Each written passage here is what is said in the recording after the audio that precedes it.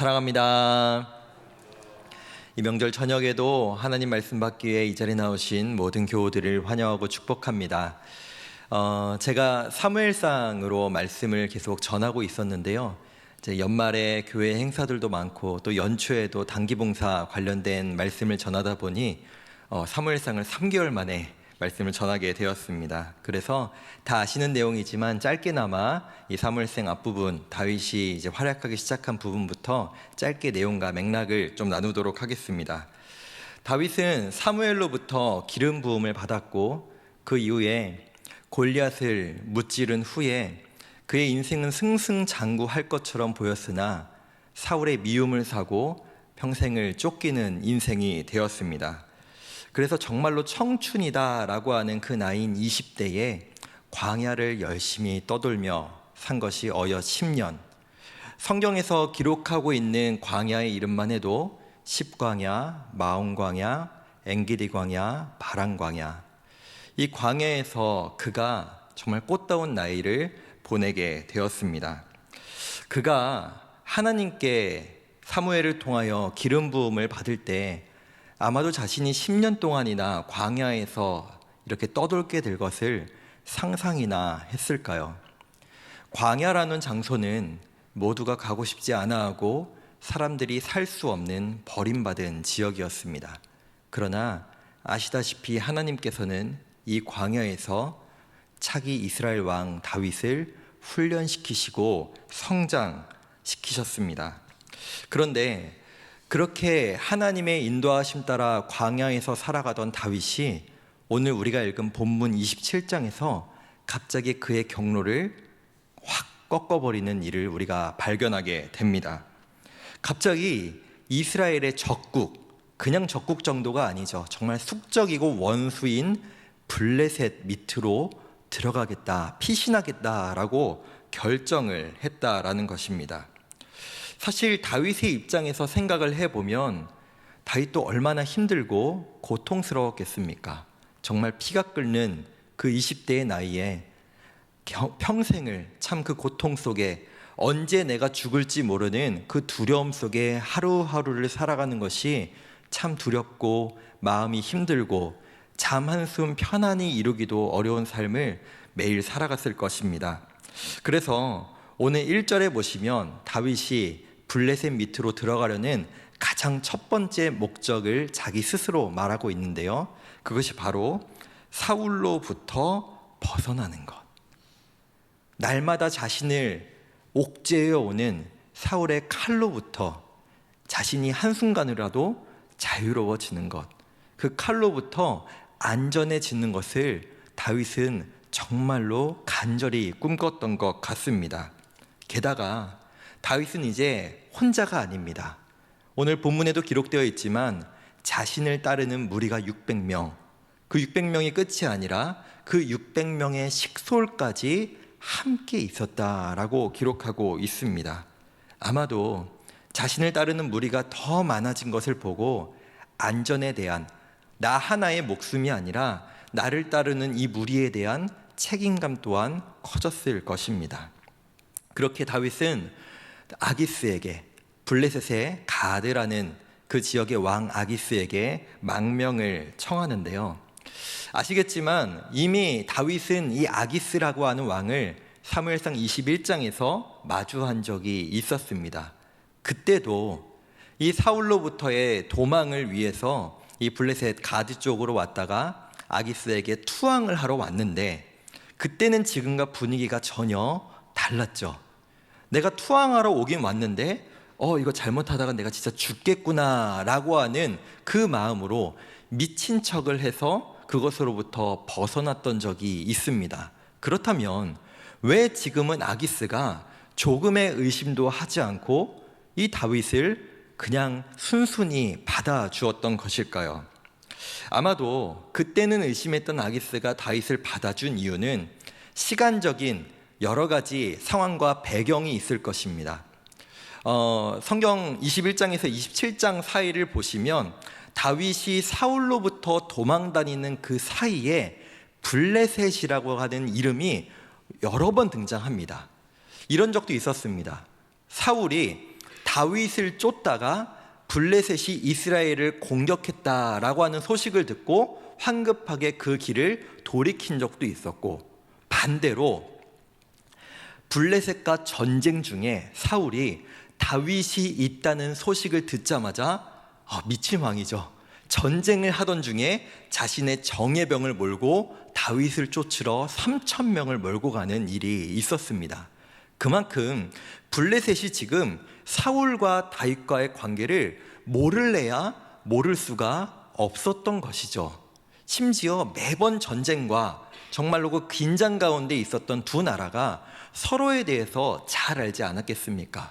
그러니까 지금 아기스도 다윗이 투항하러 왔을 때 사울과 다윗이 이제 도무지 건널 수 없는 강을 건넜구나, 이 두 사람은 절대로 관계가 회복될 수 없겠구나라는 판단을 했을 것입니다.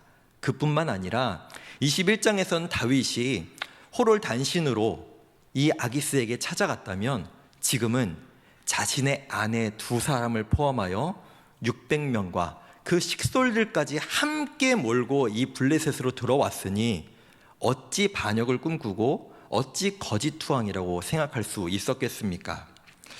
그러나 다윗이 지금 적대국인 블레셋에 망명을 했다라고 하는 이 사실 자체는 부정적인 해석을 피하기는 어렵습니다.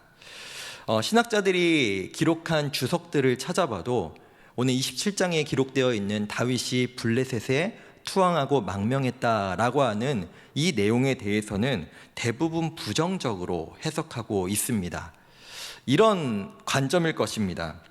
그동안 다윗이 광야에서의 삶 속에서도, 그 어려운 삶 속에서도 하나님이 분명히 그를 지키시고 인도하셨는데 조금 더 그것을 버티고 이겨냈어야 하는 것 아닌가, 왜 이제 와서 그것으로 투항할 수밖에 없었는가라고 하는 해석이 있고, 또 이런 해석이 있습니다.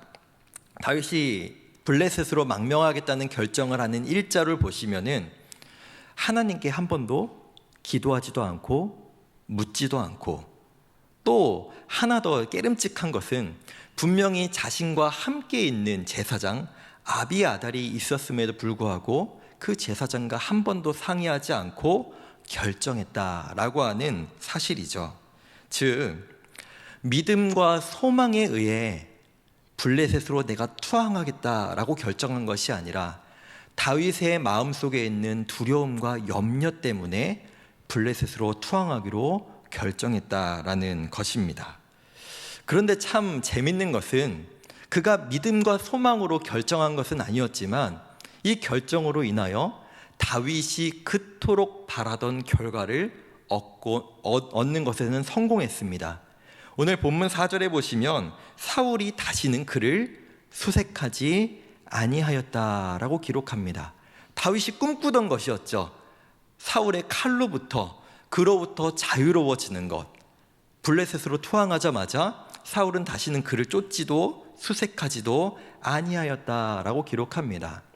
사울의 입장에서도 다윗을 이제 찾으려면 블레셋과 전면전을 해야 되는데 그것이 아마도 부담이 되었을 것이고, 그뿐만이 아니라 이제 사울이 다윗을 두려워했던 이유는 나를 제거하고 이스라엘의 왕이 다윗이 될 것을 두려워한 것인데, 그가 적국으로 토양해 버렸으니 이제 그럴 가능성은 없겠구나라고 판단했는지도 모르겠습니다.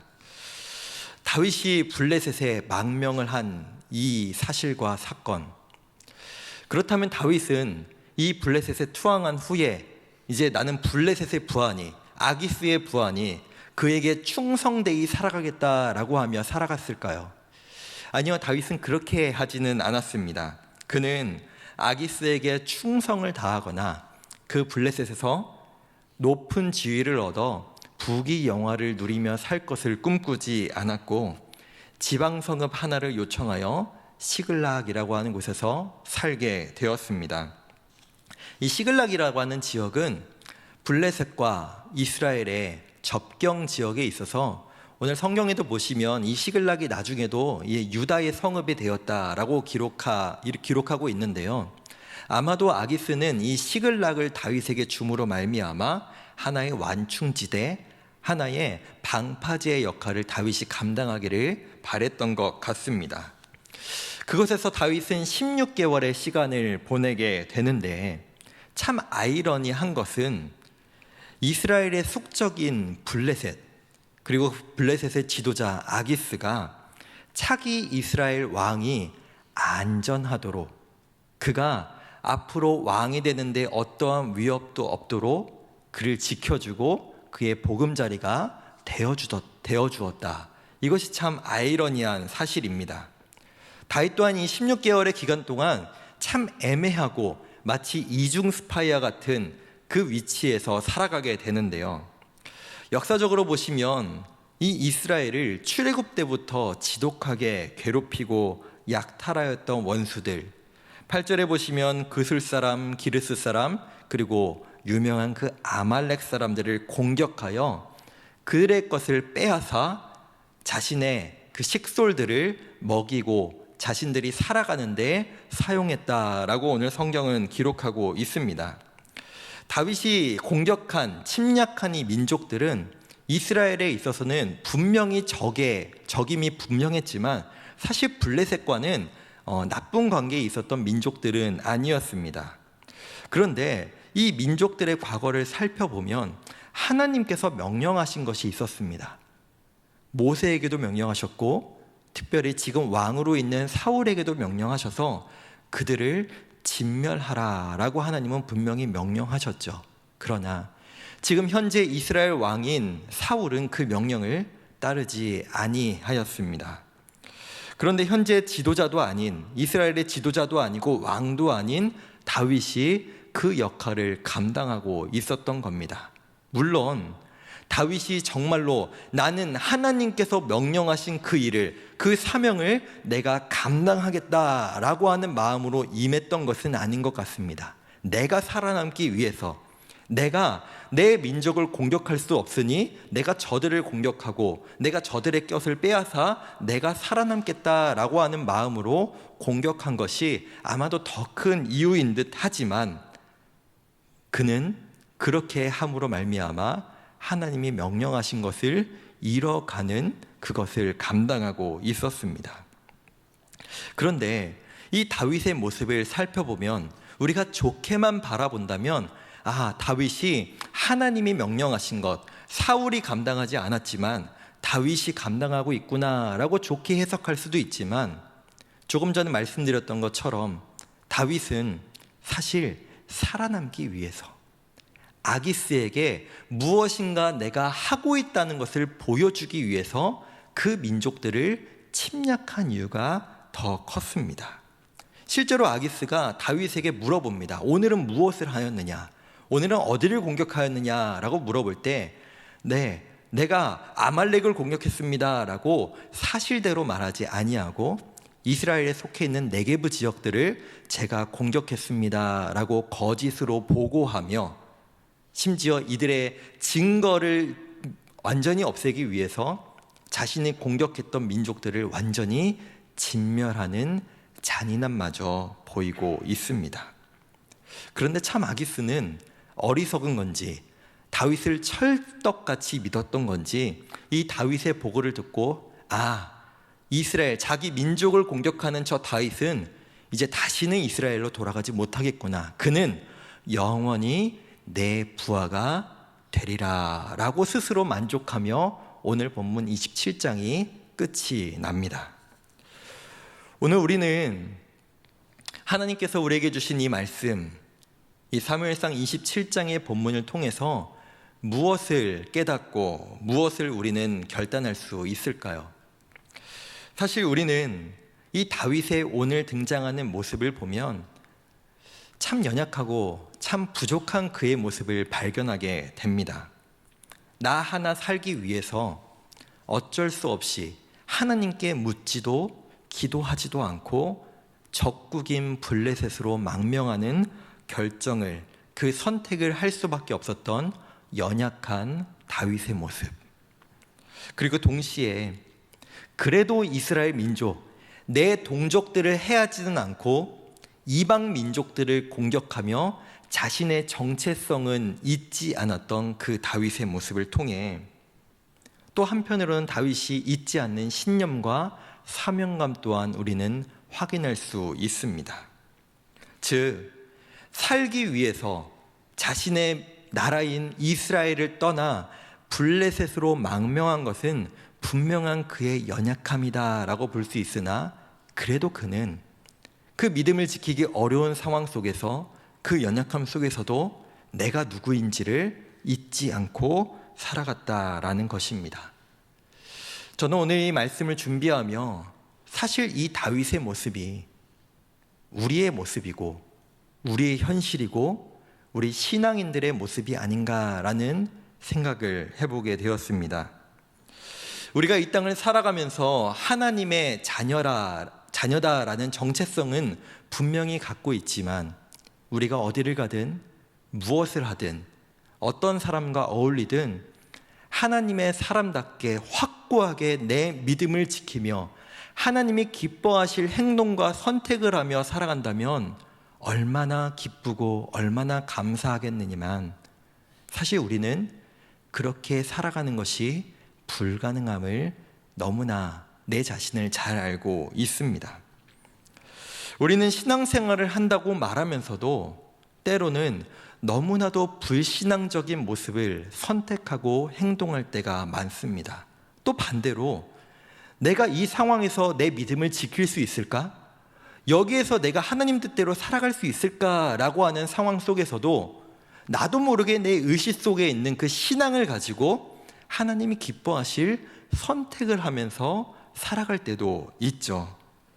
이처럼 우리가 신앙생활을 한다는 것, 내가 하나님의 자녀로 살아간다는 것은 기계처럼 A의 상황에서는 A로 반응하고 B의 상황에서는 B로 반응한 것이 아니라 모든 상황 가운데 갈등하기도 하고 고민하기도 하며 참 혼란 가운데서도 나도 모르게 불신앙의 모습을 신앙의 모습을 보이며 살아가는 것이 우리의 모습이 아닌가라는 생각을 하게 됩니다.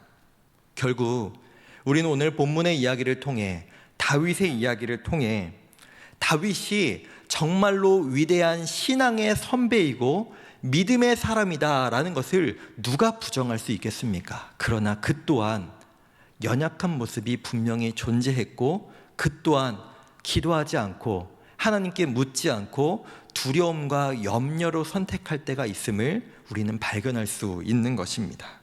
그러나 오늘 본문에서 가장 중요한 것은 다윗이 기도를 했다, 기도를 하지 않았다, 다윗이 믿음의 선택을 했다, 믿음의 선택을 하지 않았다 보다 더 중요한 것은 그가 연약함 중에 블레셋으로 망명을 하고 나 하나 살아남기 위해서 누군가를 살육하는 그 선택을 하는 그 와중에도 하나님은 하나님의 사람인 그 다윗을 절대 포기하지 아니하시고 그를 인도하셨다라고 하는 사실입니다.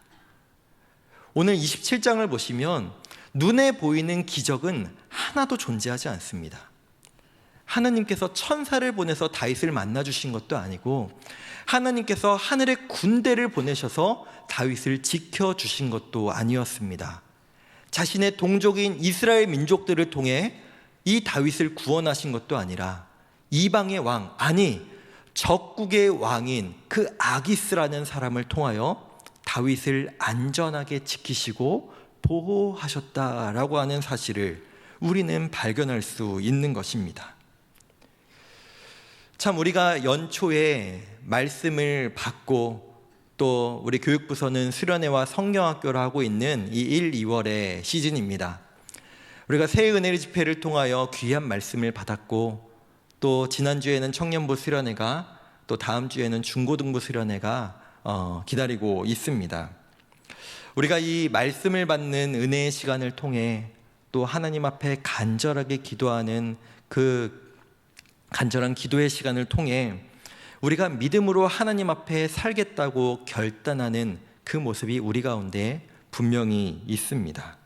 그러나 오늘 이재영 목사님께서 말씀하신 것과 같이 세상의 모든 일이 내 뜻대로 내 계획대로 내 생각대로 이루어지지 않는 것처럼 내가 예상하지 못한, 내가 감당하기 너무 어려운 너무나 큰 문제와 상황이 나에게 닥치게 된다면 그때 우리는 이럴 때 기도해야지, 이럴 때 하나님의 뜻이 무엇인지 찾아봐야지 라고 생각하기보다 당황하며 허둥지둥하며 어떡하지? 어떻게 해야 되지? 라고 하며 하나님 찾기보다 내 생각, 내가 그때 어떻게 비급할 때 대처를 해야 될까라는 그 생각으로 사로잡힐 때가 더 많음을 우리는 너무나 잘 알고 있습니다.